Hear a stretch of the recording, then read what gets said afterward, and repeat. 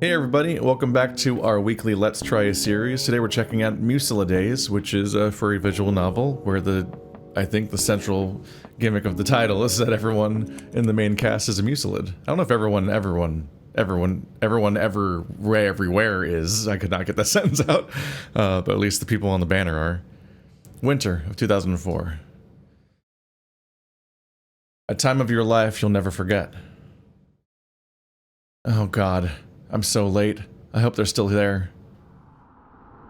Oh, that's why the interface was up there. That makes more sense now that I see the text box. It's a real chunky interface to have in the middle of the screen on a black screen. That's great. That's really neat sprite art, though. Donna's Coffee House. Solid, got like big, thick brush strokes for the background and stuff, which is always often a good strategy, actually, to have like a lower detail background, because it helps the more in detail characters stand out up close, kind of like a depth of field effect. You jogged by the sidewalk. Leaves crunched underneath your feet. You saw Malcolm outside, leaning against the wall, one leg up with a lit cigarette in between his fingers. You slowed down your stride and smiled. This is interesting. It's jarring in the moment when you're like, hang on a minute. Normally, most furry visual novels are written in present tense first person. This is written in past tense second person, so we're saying you a lot, and everything, and all the verbs are in past tense. I don't know if that's because this introduction is a flashback, or if the whole thing's written in that style.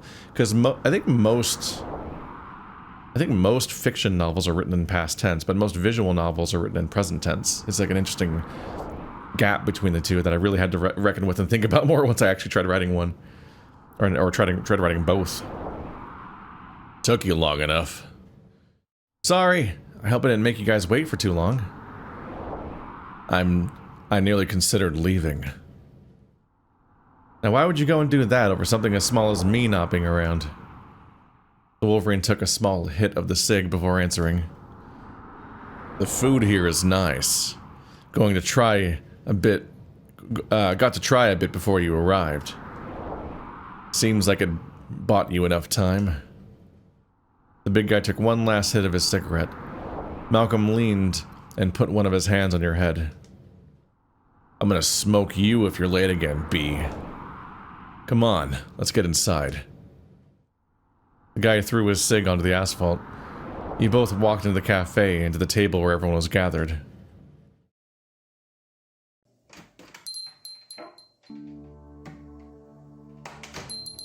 Looking around the establishment, it was almost empty. A few people and your friends, each doing their own thing. Ah, Bry, you finally arrived. Sorry. Kinda got lost on my way here. I told you to be more specific with your instructions, Lee. The honey badger averted his gaze towards the stoat, who at first didn't seem to listen until Benny softly kicked him on the knee. Ow, sorry. I never said I was good at giving directions. Benny sighed. At least Bryer's finally with us, so it's all good. We've now split into the small, slender people and the very top-heavy people that have chest overhang. You sat down next to Lyle. Across from you sat Malcolm alongside Benny. You rolled together at last, but somehow it felt odd. Someone was missing. Someone who's presumably going to sit on the left side of the booth with these two small fries in order to make the space make sense. Otherwise, why did those two sit together? They're like twice as big. The space disparity's out of control. You gotta yin-yang this crew. Wait, where's Augie? Did he skip out on us? Wouldn't be the first time.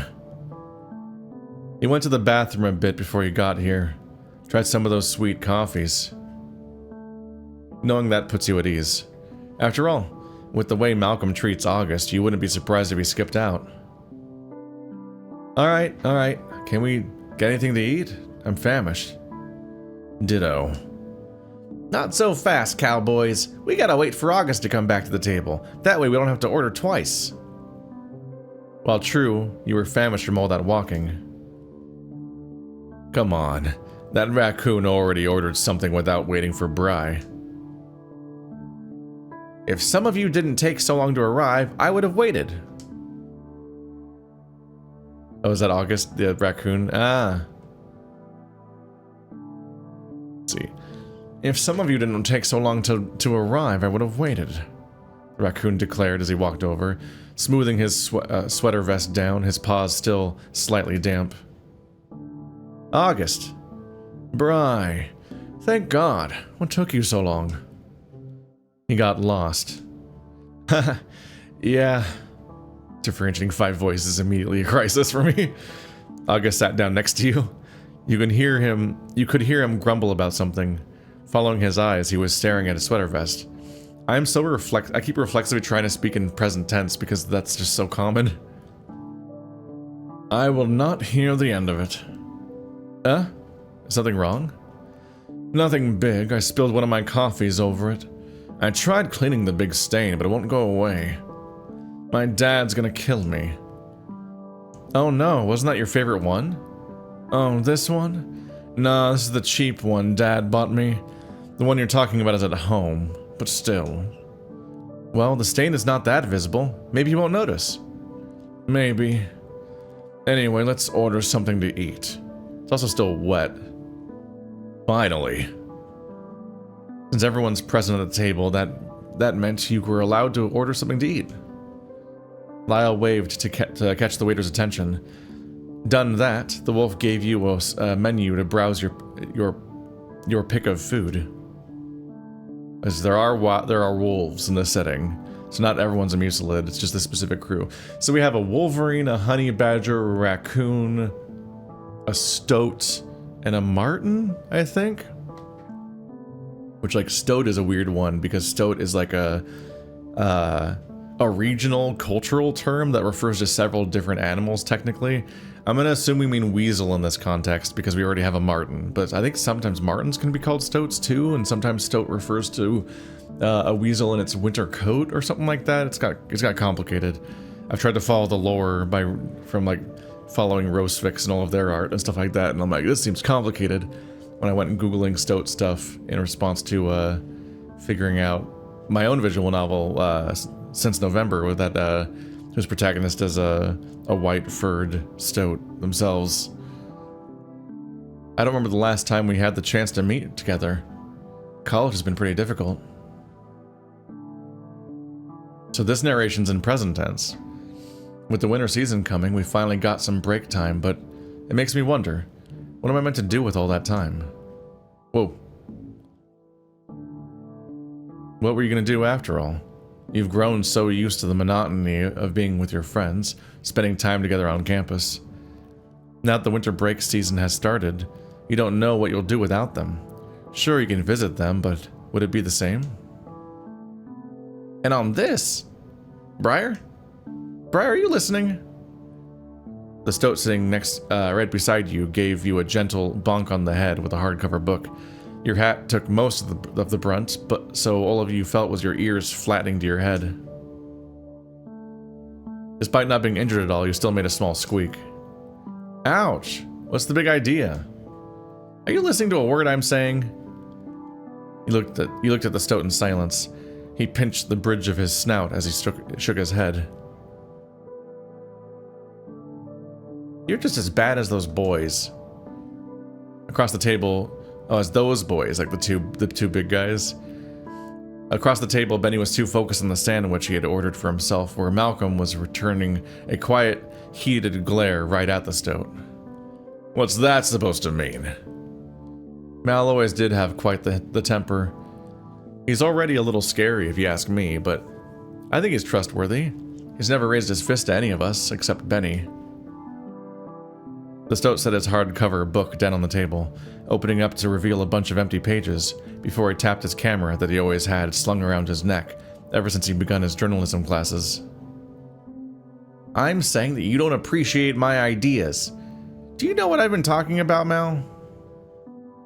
The Wolverine moved around in his booth across from you, sizing up the stoat, and his book. His ears pinned back in annoyance. Scrapbooking. Oh, right. Lyle invited us all to his favorite coffee shop because he said he had something he wanted to talk to us about. And the importance of making memories while we're on break. I know we won't be able to see each other as much, so I wanted to bring everyone together for one last photo.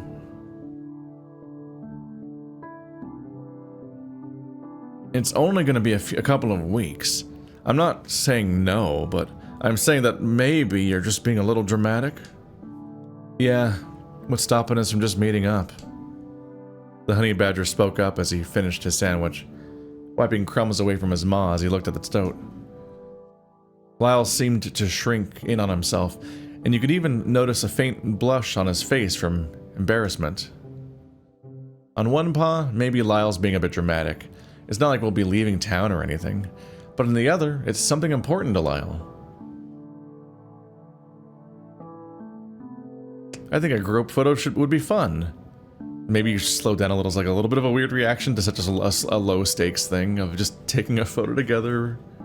If nothing else, you're like marking the occasion of like, this is the end of high school or whatever. We did it.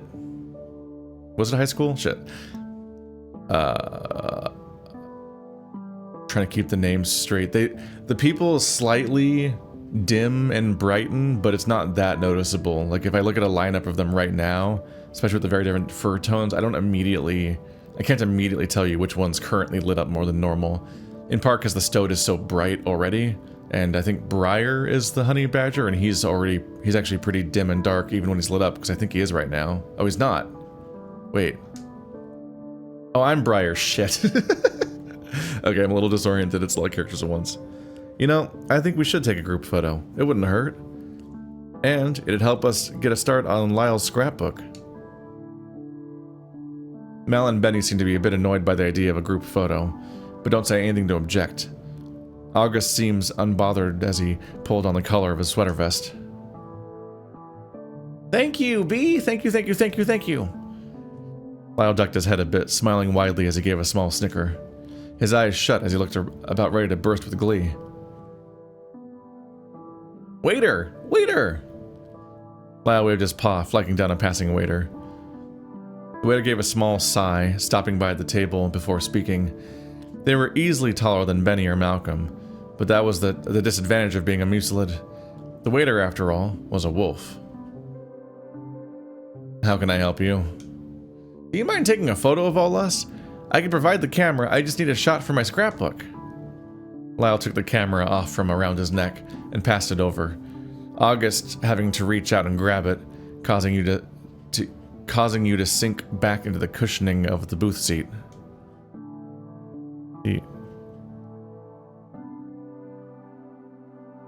That sentence was a little while to follow. Alright, just make sure you're all visible. You're the one that has to frame it. Lyle leaned over, propping himself up on the seat a bit to lean forward, before turning to look towards the waiter. Benny and Malcolm. Is somebody else supposed to be listed in that? Benny, comma, and Malcolm? I guess maybe the comma's just out of place. Benny and Malcolm just shifted slightly, Malcolm leaning back against the booth cushioning, with Benny leaning forward, resting his elbows on the table. August leaned back, leaving me to just sit naturally, shifting towards Lyle to look at the waiter. Okay, say cheese. 1, 2, 3. He didn't say cheese at all. Literally 4 of their mouths are closed and one of them is invisible. Ooh. Let's go back and spend more time on that because it's not going to stick around for the dialogue. It's perfect, thank you. So we get everyone's overall vibe. They're somewhat less starkly different in size here. They are sitting down, obviously.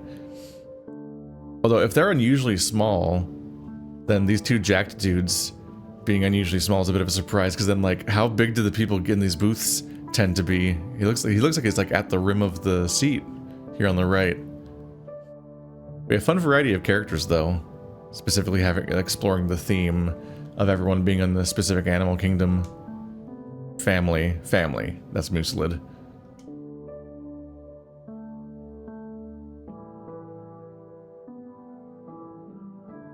Will that be all? The waiter sounds unenthused. Yet Lyle was quite the opposite, nearly jumping up onto the table to get his camera back. Yep, thank you! He watches the stoat wrangle the camera back around his neck, sitting snugly between the opening of his jacket. The air was getting more crisp, but you only just now noticed the stoat's winter coat coming in. Was it really that close to winter already? So, how'd it come out? Well, I actually won't know till I develop it, so I'm gonna actually need to take a trip to the darkroom on campus later. Best not keep the film waiting. Thought out the darkroom was always a little scary to you. Everything bathed in low, red light. You wondered just how Lyle was able to handle being isolated in such a dark place. As you think about the myriad of horrific things that could hide in the darkness, you feel a push on your shoulder. Move, move, make way, I gotta get going.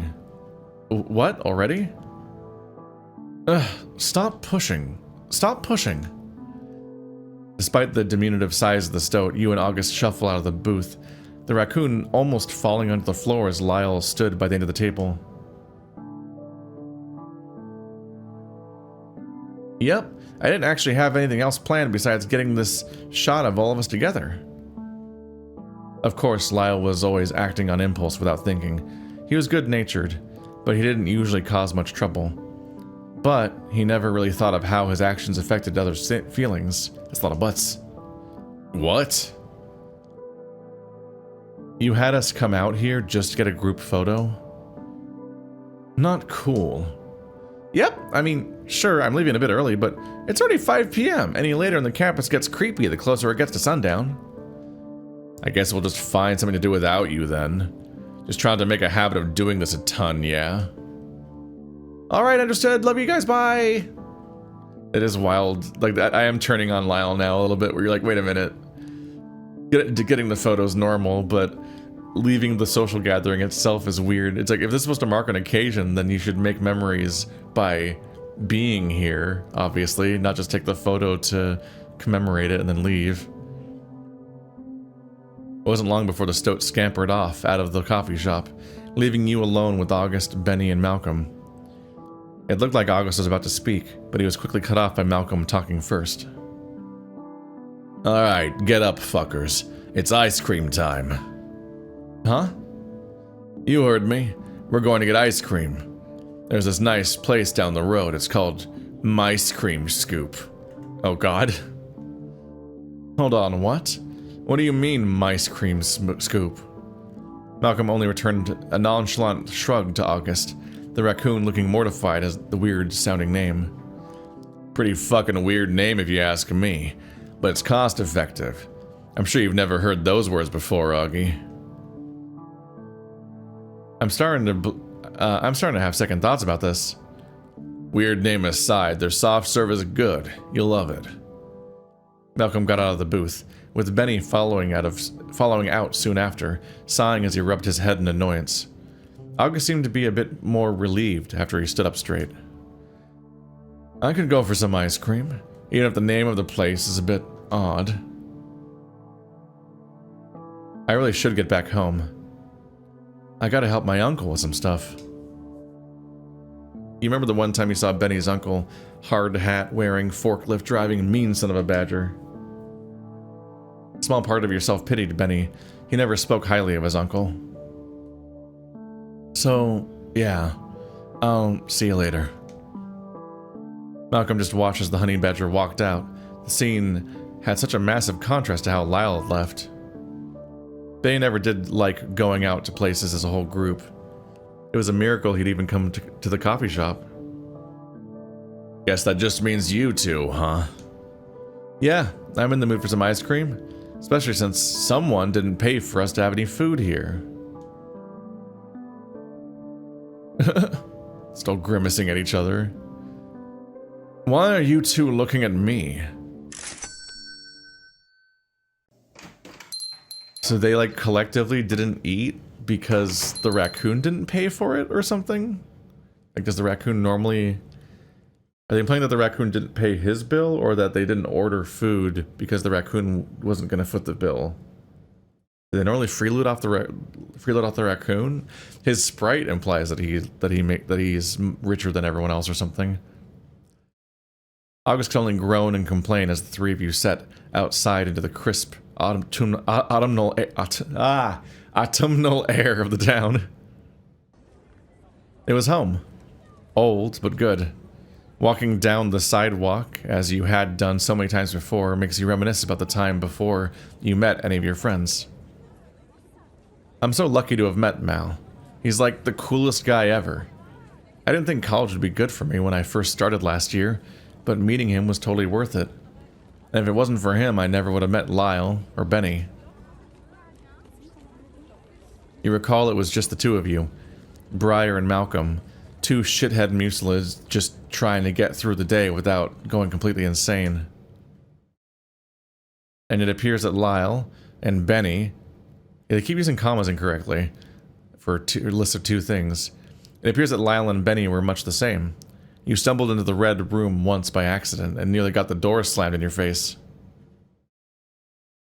You didn't know at the time, but the honey badger and Stoat, it keeps throwing me off. They do that a lot. You didn't know that at the time, but the honey badger and Stoat were developing photos together. Or more like the Stoat was developing the photos and the honey badger was making sure the door stayed shut. It was pretty weird. I remember Malcolm calling them a couple of homos when I introduced them to him. Lyle and Benny got real defensive. I can almost remember the look on Benny's face. He was so mad. And then you thought of August.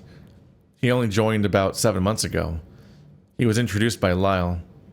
He had been enrolled this year and wanted to see what the college had to offer.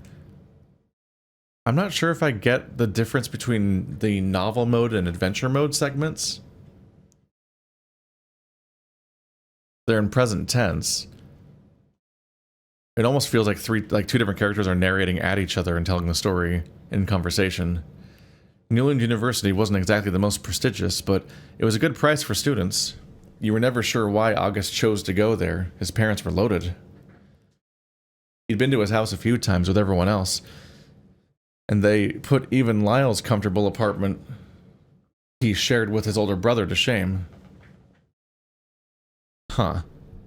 I think inserting that side thought in the middle of the sentence made it hard to follow.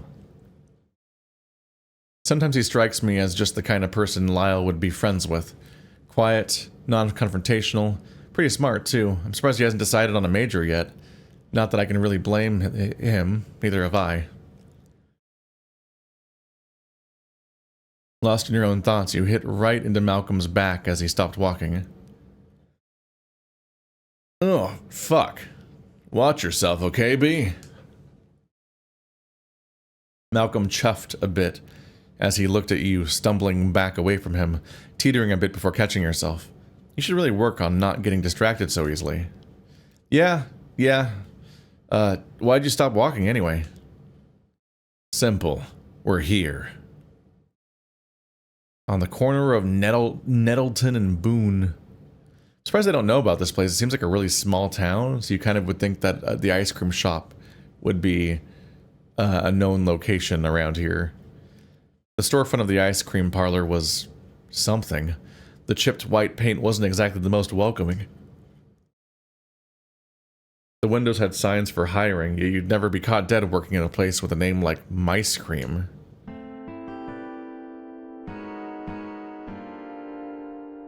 Heading inside, the doorbell jingled. The server was sitting behind the counter, not even bothering to look up.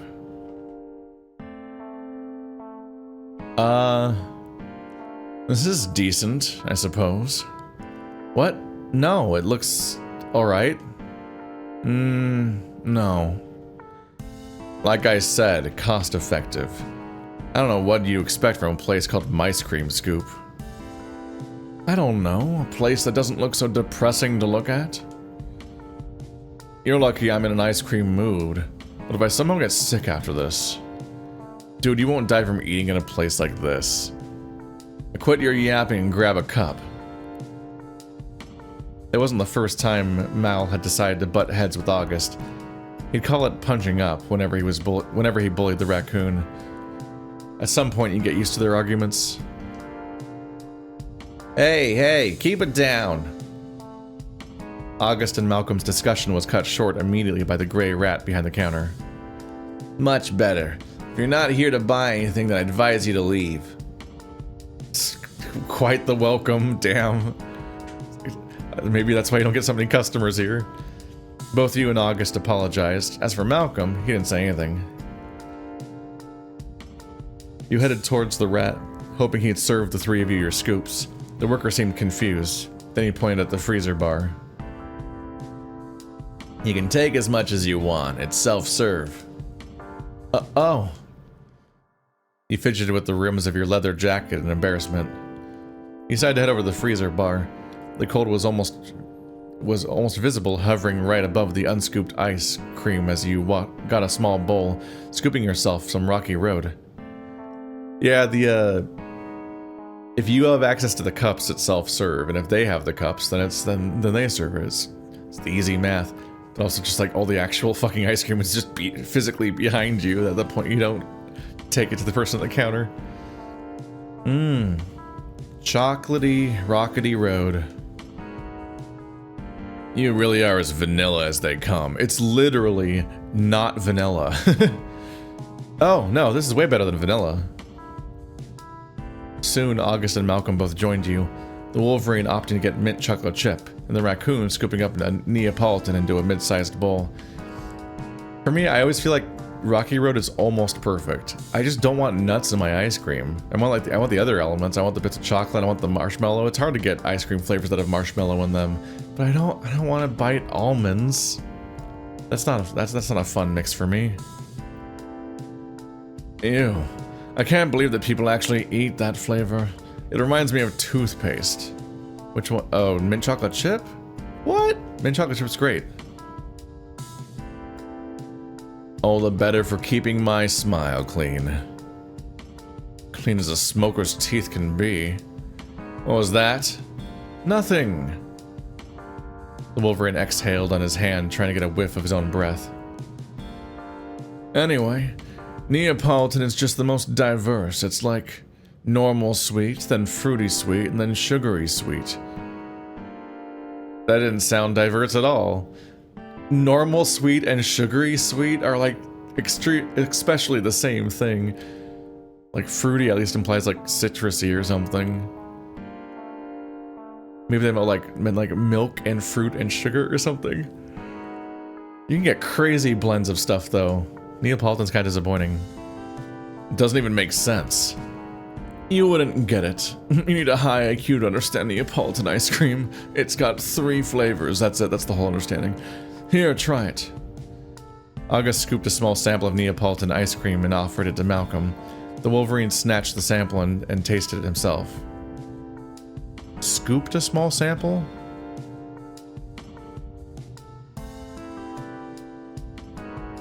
From his cone, I assume? They said soft serve, right? So it's like machines. Because you wouldn't let people self-serve from buckets of ice cream, because then that's contamination potentially. Whereas like soft serve works for self-service because it's like using a soda machine. Ugh. I don't know how you can eat this. It's so sugary. Ugh. As opposed to all the other ice creams? The raccoon shrugged. I'm not crazy about Neapolitan because I just don't usually want fruit flavor in my ice cream. I want like chocolate or caramel or peanut butter or coffee, like that whole spectrum. Fruit is like a weird mix for coffee. I want fruit in my pie. You can do ice cream with pie next to each other, but fruit ice cream feels weird. Oh, well, more ice cream for me. No, you're all self-serving. Debating about ice cream flavors was just a hard endeavor. How else could you possibly make Malcolm come to terms with the fact that mint chocolate chip was just glorified toothpaste flavor? What? What is this mint chocolate chip scandal? Do you have mint chocolate chip flavored toothpaste? What kind of flavored toothpaste do you guys got? Didn't matter as much as you made your way to the scales, setting down all 3 bowls before Malcolm grabbed August by the waist. Ooh-ah! You're paying for this one, Trash Panda. Again? Ice cream tastes better when it's free. Oh, he's reacting to everyone putting their ice cream on the scale at the same time. He nodded. Closing your eyes, you thought of the food from the cafe. Sure, it was mediocre, but since you didn't have to pay for anything, it felt like 5-star dining. I'm confused. I thought they didn't get to eat food because they didn't pay for it. I missed the thread somewhere in here. Don't you people have any money?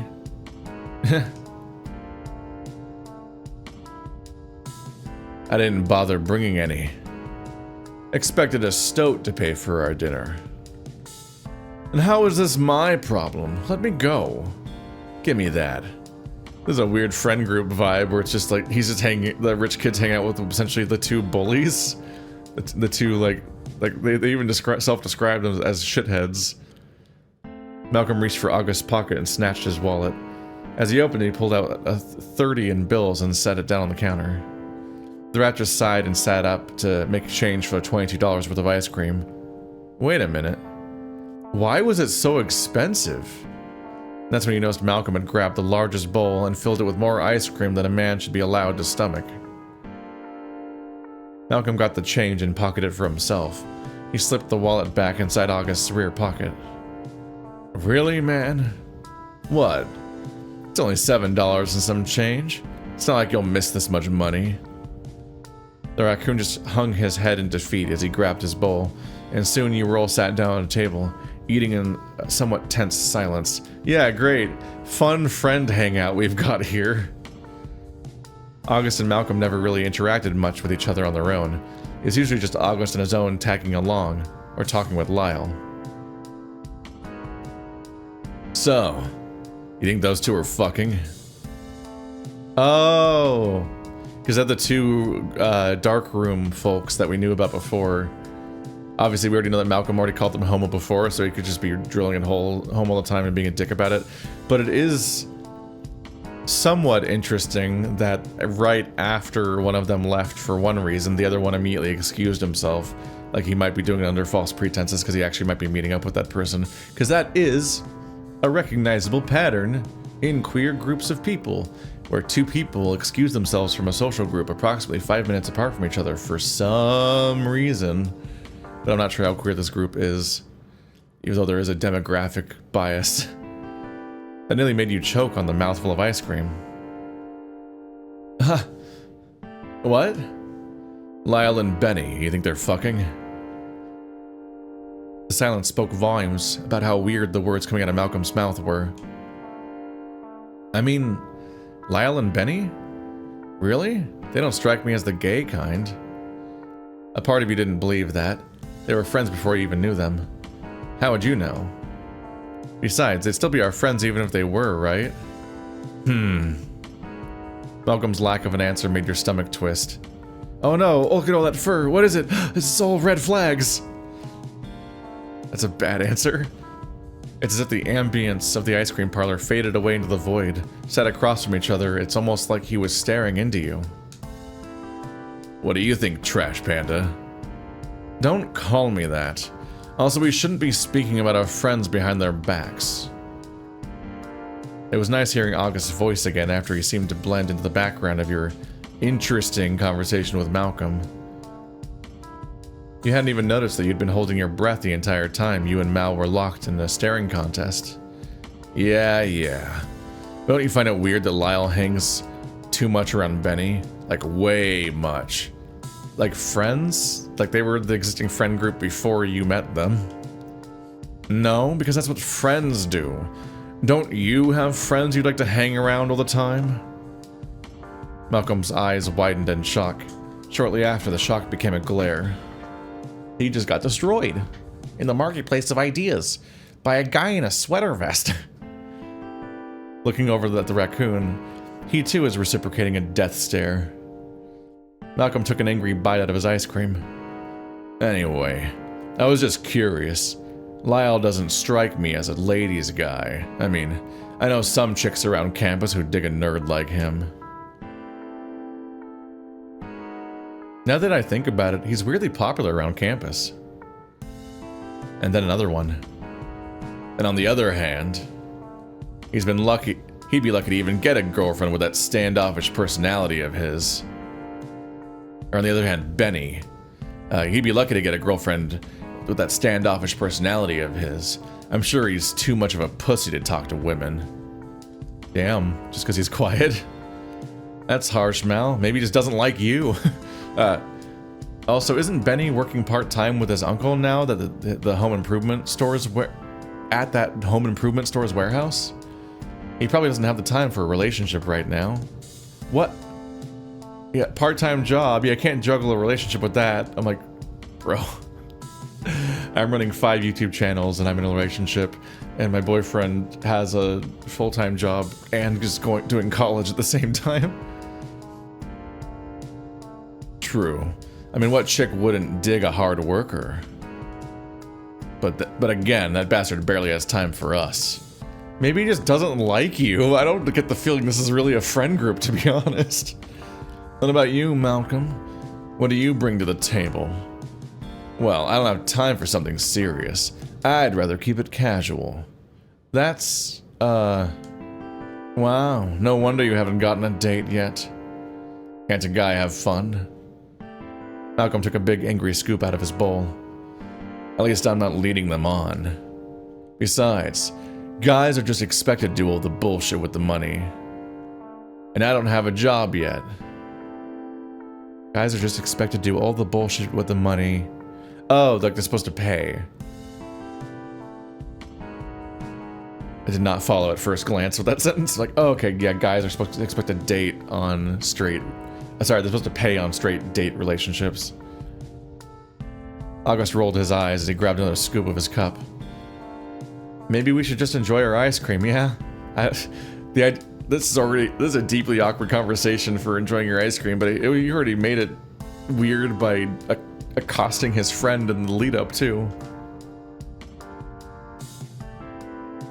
With Malcolm licking his wounds, you three went back to finishing up your bowls and leaving the ice cream parlor. Before you notice, the day is almost over. Was almost over, because we're in past tense. August was waving goodbye, walking the opposite direction. He lived on the west side of town, whereas Malcolm and you lived on the east. On the wrong side of the train tracks. That's why we look and act like this. It's getting awfully dark. Yeah, Lyle wasn't kidding. It's getting creepy out here. Don't you live here? You don't need his observation. They do have like a Bulk and Skull vibe. like they're gonna pick on the Power Rangers. So, want me to walk you home, B? What? I can do that myself, thank you. You said it in a teasing manner as you walked away from the Wolverine. Right, sure you can. You tried to ignore him. Little Bryer walking home all by himself. He turned around, annoyed at Malcolm's tease. Stop that. Wolverine cackled. I'm sorry. It's really fun to mess with you. One day I'll get my lick back. Grow a couple inches, then we'll talk. The tall Wolverine patted your back, then marched ahead of you, leaving you a few steps behind. The golden hue of the evening was being replaced by the gentle, yet eerie darkness of the night. As he walked, he glanced at the Wolverine a few times. You wanted to break the ice, but you didn't know how exactly. Reminded you of the first time the two of you walked home. You were so scared to talk to him, even when you two walked in the same direction. His height, his build, his demeanor, the dead look on his eyes, all of that used to scare you. In a way, it still does. Ha ha ha. What's so funny? Ah, nothing. Just the thought of a little sable threatening me, that's all. Don't underestimate my height. I can pack a punch. Does the shirt say Sable Core? I just caught up with there being a bottom part to it. Show me, little Bry. The Wolverine flexed his beefy bicep, inviting you to hit him. Gladly, you took his offer and punched it. But you got hurt instead. Punching him was like punching a brick wall. The Wolverine bursted into laughter once more. I'm sorry, but you don't look like you could hurt a fly, B. You got no muscle. Me, on the other hand. He proceeded to boast his muscular physique. Not everyone has the privilege of being tall and intimidating. Huh. And also, he's like tall for a Mustelid, apparently. Like, apparently they're all shorter than everyone else, or at least the wolves. Being tall is half the job. Having the means to back up your words, on the other hand, that's something you have to figure out. Gee, thanks. You should come with me to the gym one of these days. Maybe they'll have an actual chance of hurting me. Maybe then you'll have an actual chance of hurting me. I'll consider it. But do you really think I'm intimidating?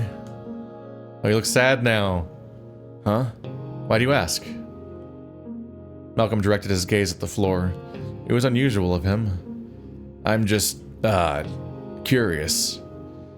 Well, ain't a good thing you look intimidating? Nobody even thinks I'm messing with you. Everyone takes you seriously. You can practically get what you want. Being short, on the other hand, it's patronizing to say the least. I can see that. It's the first time they're having this conversation. Aren't they the oldest friends? In a way, I'm jealous of you. Huh? What was that? You know. It was nerve-wracking. The claws in your paw flex as a reflex. Despite how much you knew him, you were still afraid of his reaction. I think you're cool. There, I said it. You have a crush on me or something? Huh? What? No. The Wolverine laughed, taking pleasure in embarrassment. Flash forward to the scene. The scene are 3/4 of the way through the story between these two, inevitably. I'm just messing with you. He patted your back with greater force now. It hurt slightly. Your smaller frame was not built for taking hits. His steps slightly quickened and you had to catch up. Malcolm's always been like this. He's always teasing me. The lines between him being serious or joking around have completely blurred in my mind. Looking around, less and less people roaming the streets, the more you traverse through the neighborhood, the emptier it was down the road. It was only you and him in the ever-growing darkness. I'm gonna freeze my ass off. I thought sables were used to the cold. Meanwhile, I don't feel a thing, little sable. One was capitalized, the other one wasn't capitalized between the two sables. I thought maybe you would not normally capitalize the name of an animal, but maybe you would capitalize them in this case because it's like a group of people or something, but then they didn't. Malcolm squinted at you, wearing that all too familiar grin when he knew he was getting under your skin just a little bit. Malcolm lifted his arm, giving a free flex. Damned Wolverines and their damn pelts. That's because you're just bigger than I am, and I'm wearing leather. It gets cold. It actually traps heat, dummy. You could feel yourself fuming a bit from how terribly wrong you were about thermodynamics or whatever, but you couldn't act on it. It seemed like a funny group of people to be going back and forth on that. Before you even knew, you were standing in front of your house, or in your front yard. Man, what a day. Really? I think today was alright. Agree to disagree. I just like hanging out with you all. Come on, B. We won't get anywhere during break. We won't go anywhere during break. Yeah, but still. Anyway, I have to go before it gets really dark. Wait. Malcolm was getting ready to walk away from you, but stopped. Before you go, about Lyle and Benny, are they gonna broach the subject of whether or not it's bad that they're gay? Because he's trying to gauge whether or not he should admit to being into the Wolverine, maybe? Lyle and Benny what? Would you think less of Lyle and Benny? Even if they were gay? They mean a lot to me, man. Malcolm was taken aback by the sudden question. He looked around, trying to avoid your gaze. A troubled expression was present on his face. I would hate it if we drifted apart because of that. I have to go. I see. See you another time, Mal. Yeah. See ya. Damn. Damn. What a terrible way to end it. Alright, I think that's where we're going to end the preview also. So if you want to check out the full game, there's a link in the description. But this has been Mustelidays. It's out to a decent start. I feel like I don't know if it makes... I don't know what to make of some of the sentence structure and also just the tense that it's written in. I don't know if that should be altered at all, but it's a interesting little start. It definitely has that little friction where you're like, are these people friends? But sometimes people did just kind of hang out in high school as people that like would not get along or like seem like they would not be friends in a way. People often talk about how it's hard to make adults friends as adults, and it's like, yeah, it's kind of because you were just stuck with people as a kid and you were with people that you wouldn't intuitively ever hang out with, and sometimes it didn't even seem like you were friends while you were doing it. It's a particular dynamic there. I love the sprite art. It's a little stiff in that people don't have that much movement or like different poses. They're just changing the expressions, but the poses, the designs are a lot of fun as we have them. But yep, that's gonna be it for tonight, everybody. I'm gonna head out. As this is airing, I'm gonna be on a plane to Megaplex, so see some of you there. Bye.